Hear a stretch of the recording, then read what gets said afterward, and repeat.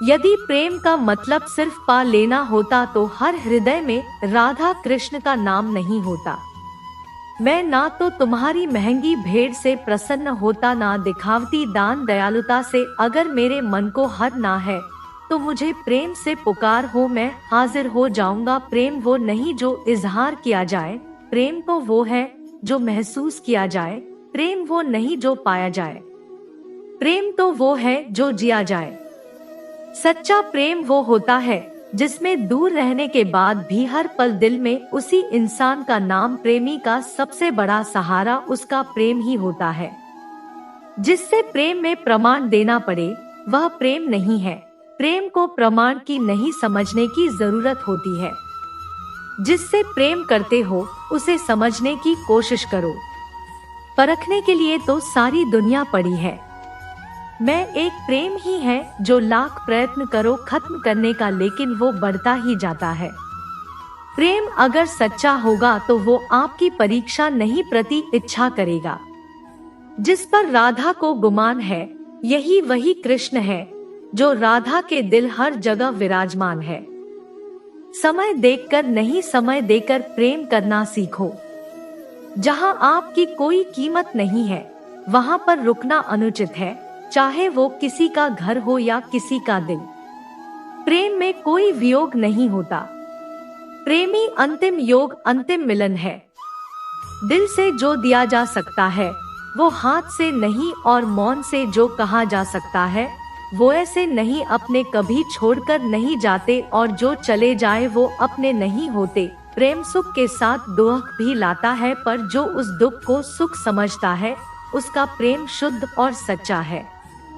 जब किसी के साथ भूत, वर्तमान और भविष्य समय के विचार आते, बस वहीं से प्रेम का जन्म होता है। किसी से प्रेम करने की कोई वजह नहीं होती। प्रेम तो सिर्फ प्रेम यदि वजह है तो वो प्रेम नहीं पसंद है। जो मनुष्य मनुष्य से प्रेम नहीं कर सकता वह परमात्मा से कभी प्रेम नहीं कर सकता। सब कुछ झूठा हो सकता है मगर प्रेम में बहाए आंसू नहीं। प्रेम और आस्था दोनों पर किसी का जोर नहीं। ये मन जहाँ लग जाए वही ईश्वर नजर आता है। प्रेम में दर्द हर एक को मिलता है, बस जो सह जाता है वो प्रेम निभा जाता है। मुक्ति की इच्छा का अंत हो जाना है। मुक्ति और प्रेम की तलाश का अंत हो जाना है, प्रेम है। हर एक चीज तब तक सुंदर है जब तक आप उसे प्रेम करते हैं। कभी कभी उनसे भी दूर होना पड़ता है जिनके साथ हम पूरी जिंदगी गुजारना चाहते हैं। जिंदगी में सच्चे प्रेम का मतलब सिर्फ वही जानता है जिसने कभी सच्चा प्रेम करके खो दिया। प्रेम तो आखिर प्रेम है, आज नहीं तो कल जरूर होगा। प्रेम में स्वतंत्रता दी जाती है, अधिकार नहीं पाया जाता। प्रेम का अर्थ है कि सभी सुख, दुख और मोह से परे रहना। शादी करने के बाद किसी और से प्रेम करना गलत है, तो प्रेम होने के बाद किसी और से शादी करना भी गलत है। इनकार करने पर इंसान के प्रतिष्ठा, वंश, वैभव तीनों ही चले जाते हैं। विश्वास ना हो तो रहा बगौरव और कंस का अंत देख लो। मुश्किल वक्त हमारे लिए आईने की तरह होता है जो हमारी क्षमताओं का सही आभास हमें कराता है। सभी प्रकार के हथियारों में समय ही है, क्योंकि समय सब कुछ मार देता है। किसी दूसरे के जीवन के साथ पूर्ण रूप से जीने से अच्छा है कि हम अपने स्वयं के भाग्य के अनुसार अपूर्ण जी है। परिवर्तन ही इस संपूर्ण संसार का नियम है। इसलिए व्यक्ति को कभी अपने वर्तमान पर घमंड नहीं करना चाहिए। अपने काम पर अपना दिल लगाओ, लेकिन इसके इनाम पर कभी नहीं। इस संसार में देखने के लिए बहुत सारे खूबसूरत स्थान है, पर सबसे खूबसूरत जगह है बंद आँखों से अपने भीतर देखना। प्रेम का अर्थ विवाह करना नहीं होता, बल्कि पूरी निष्ठा के साथ समर्पण करना होता है। व्यक्ति को अपने आप को सदैव ईश्वर को समर्पित कर देना चाहिए, तभी वह दुख हो, चिंता और परेशानियों से मुक्त रह सकता है। माफ करना और शांत रहना सीखिए। वो एक ऐसी ताकत बन जाएगी कि पहाड़ भी रास्ता देंगे। व्यक्ति को अपनी इंद्रियों को वश में रखने के लिए बुद्धि और मन को नियंत्रित रखना होगा। जो होने वाला है वह होकर ही रहता है और जो नहीं होने वाला वह कभी नहीं होता। ऐसा निश्चय जिनकी बुद्धि में होता है उन्हें चिंता कभी नहीं सताती है। किसी भी व्यक्ति को ना तो समय से पहले और ना ही भाग्य से अधिक कुछ मिलता है, लेकिन उसे सदैव पाने के लिए प्रयत्नशील रहना चाहिए। श्री कृष्ण कहे थे, इंसान हमेशा अपने भाग्य को कोसता है, यह जानते हुए भी कि भाग्य से भी ऊंचा उसका कर्म है, जो स्वयं के हाथों में व्यक्ति को आत्मज्ञान के माध्यम से संदेह, रुपया, अज्ञानता को समाप्त करना चाहिए। मैं उन्हें ज्ञान देता हूँ जो सदा मुझसे जुड़े रहते हैं और जो मुझसे प्रेम करते हैं। सत्य कभी दावा नहीं करता कि मैं सत्य हूँ, लेकिन झूठ हमेशा दावा करता है कि सिर्फ मैं ही सत्य हूँ। परिवर्तन संसार का नियम है। समय के साथ संसार से हर चीज परिवर्तन के नियम का पालन करती है। हालांकि मैं भूत, भविष्य और वर्तमान काल के तीनों जीवों को जानता, लेकिन मुझे वास्तव में कोई नहीं जानता है। संयम, सदाचार, स्नेह एवं सेवा ये गुण भली भांति संगत के बिना नहीं आते। जिस प्रकार से प्राकृतिक मौसम में बदलाव आता है, ठीक उसी प्रकार से जीवन में भी सुख दुख आता रहता है। वह कभी स्थायी नहीं रहते। इस जीवन में ना कुछ होता है ना व्यर्थ होता है। जो लोग परमात्मा को पाना चाहते हैं वह ब्रह्मचर्य का पालन करते। भगवान श्री कृष्ण कहते, मैं इस संसार का सुगंध हूँ, अग्नि की उष्माओं और समस्त जीवित प्राणियों का आत्म संयम हो। मन में कभी डर पैदा मत होने दो। वास्तविक नहीं होना तो कभी था ना कभी होगा। इसके विपरीत जो वास्तविक हुआ हमेशा से था और उसे ना तो बदला जा सकता है ना कभी नष्ट किया जा सकता है। गीता में उन लोगों के लिए संदेश दिया गया है जो लोग अपने मन को काबू में नहीं रखते। ऐसे लोगों का मन इधर उधर भटकता रहता है और उनके लिए वह शत्रु के समान काम करता है। मन व्यक्ति के मस्तिष्क पर भी गहरा प्रभाव डालता है। जब व्यक्ति का मन सही होता है तो उसका मस्तिष्क भी सही तरीके से काम करता है। इसलिए अपने मन को हमेशा काबू में रखें। श्रीमद् भागवत गीता में श्री कृष्ण के उपदेश दिया है कि हर मनुष्य को खुद पर पूरा भरोसा रखना चाहिए, क्योंकि जो लोग खुद पर भरोसा करते हैं वो निश्चय ही सफलता हासिल करते हैं। वो इंसान जैसा विश्वास करता है वो वैसा ही बन जाता है। श्री कृष्ण कहते हैं, जो लोग दूसरों की भलाई पर ध्यान नहीं देते, सिर्फ अपना मतलब साधने में लगे रहते, उन लोगों का कभी भला नहीं होता। आपको बता दें कि इंसान का स्वार्थ उसे अन्य लोगों से दूर ले जाकर नकारात्मक हालातों की तरफ धकेलता है, जिसके चलते व्यक्ति अकेला रह जाता है। वहीं गीता में ये भी कहा गया है कि स्वार्थ शीशे में फैली धूल की तरह, जिसकी वजह से व्यक्ति अपना प्रतिबिंब ही नहीं देख पाता।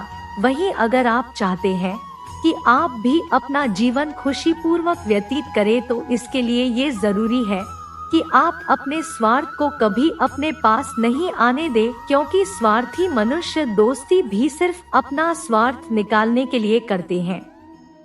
जीवन में कभी किसी से अपनी तुलना मत करना। आप जैसे हैं सर्वश्रेष्ठ, यहाँ कोई किसी का नहीं।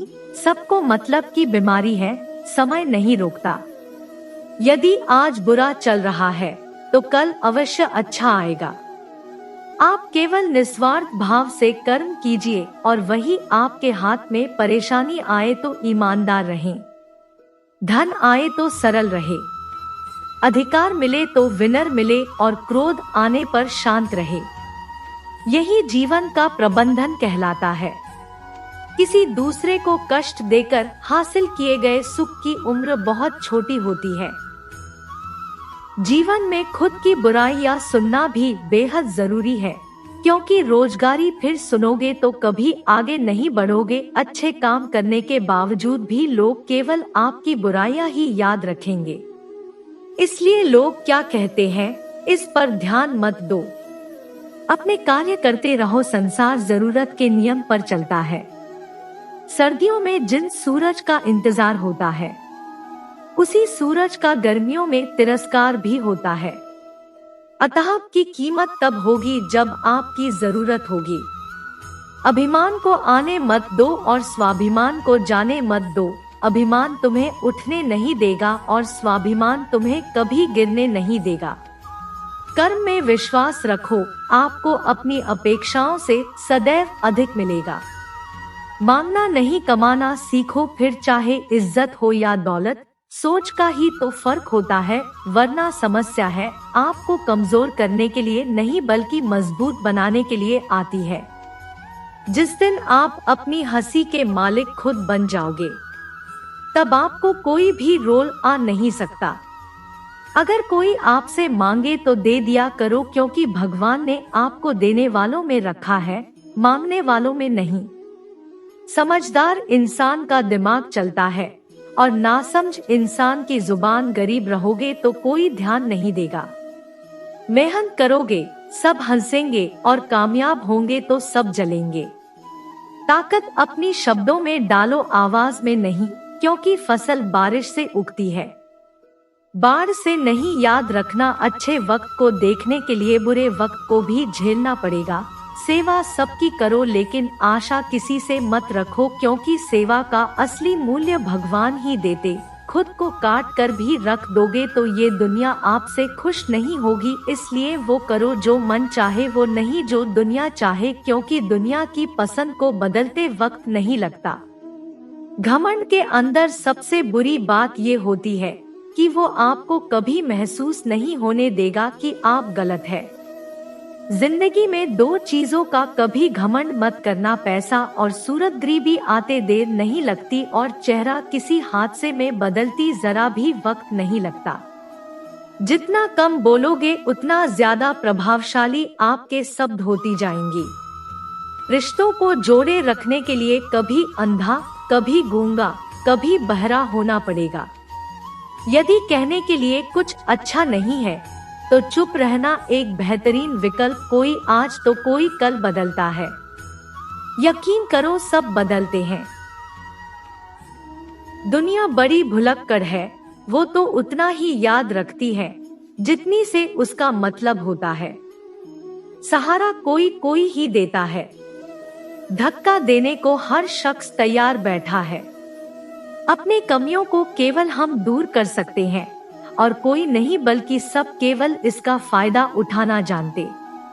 जिंदगी जीना आसान नहीं होता, बिना संघर्ष कोई महान नहीं होता। जिस दिन आपके सामने कोई समस्या ना आए तो समझ लेना आप गलत रास्ते पर सफर कर रहे हैं। झूठ, धोखा और बहाने आपको कुछ पल की खुशी देंगे, लेकिन इसकी कीमत आपको भविष्य में चुकानी पड़ेगी।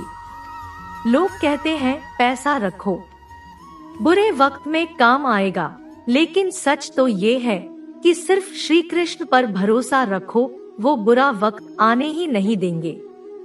एक बार की बात है, सम्राट किसी बात पर अपने वजीर से नाराज हो गए। नाराजगी में उन्होंने वजीर के लिए फांसी की सजा का ऐलान कर दिया। फांसी का समय शाम के 6 बजे निश्चित किया गया। फांसी की सजा दिए जाते समय वजीर दरबार में उपस्थित नहीं था। सम्राट ने सैनिकों को आदेश दिया, जाओ जाकर वजीर को बता दो, शाम को ठीक 6 बजे उसे फांसी पर लटका दिया जाएगा। सम्राट का आदेश मान सैनिक के एक टुकड़ी वजीर के घर पहुंची। उसके घर को चारों ओर से घेर लिया गया। कुछ सैनिक घर के अंदर गए। अंदर जाने पर उन्होंने देखा कि वहां तो जश्न का माहौल है। उस दिन वजीर का जन्मदिन था। उसके घर पर रिश्तेदारों और दोस्तों की चहल पहल थी।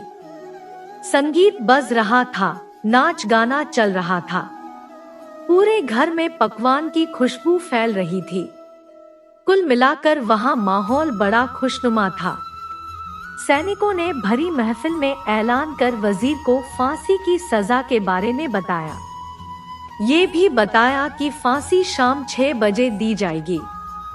ये ऐलान सुनकर वहां मौजूद हर शख्स हैरान रह गया। फौरन संगीत और नाच गाना बंद कर दिया गया। रिश्तेदार, दोस्त और परिवारजन उदास हो गए। तभी कमरे में छाई खामोशी में वजीर की आवाज गूंज ऊपर वाले का लाख लाख शुक्रिया की। उसने फांसी के लिए शाम 6 बजे तक का वक्त दे दिया। तब तक हम सब जश्न मना सकते हैं। वजीर के बारे सुनकर दोस्तों, रिश्तेदारों और परिवारजनों ने कहा, कैसी बात कर रहे हो? फांसी की सजा सुनाई गई है और तुम जश्न मनाना चाहते हो? वजीर ने किसी तरह सबको समझाया और जश्न फिर से शुरू करवाया। दोस्त उदास थे, लेकिन वजीर की खुशी के लिए जश्न में शामिल हो गए। ये खबर सैनिकों द्वारा सम्राट तक पहुंच गए। सम्राट पूरा माजरा जानने के लिए वजीर के घर पहुंच गया। वहां पहुंचकर जब उसने सबको जश्न मनाते हुए देखा तो वह भी दंग रह गया। उसने वजीर से कहा, तुम पागल हो गए हो? क्या शाम 6 बजे तुम्हें फांसी पर लटका दिया जाएगा और तुम जश्न मना रहे हो? वजीर बड़े ही अदब से बोला, हुजूर, आपको बहुत बहुत शुक्रिया कि आपने फांसी का वक्त शाम 6 बजे निश्चित किया है। इस तरह मुझे शाम 6 बजे तक का वक्त मिल सका। यदि आप मुझे ये वक्त ना देते तो मैं अपने परिवार, दोस्तों और रिश्तेदारों के साथ जश्न कैसे मना पाता? फांसी पर लटकने से पहले मेरे पास शाम तक का वक्त तो ये मैं जाया क्यों करूं? मेरे पास जितना भी वक्त है उसी मैं खुशी खुशी गुजारना चाहता हूँ। ये बात सुनकर राजा ने वजीर को गले लगा लिया और कहा, जिससे इंसान को वक्त की कदर है, जो जिंदगी का हर लम्हा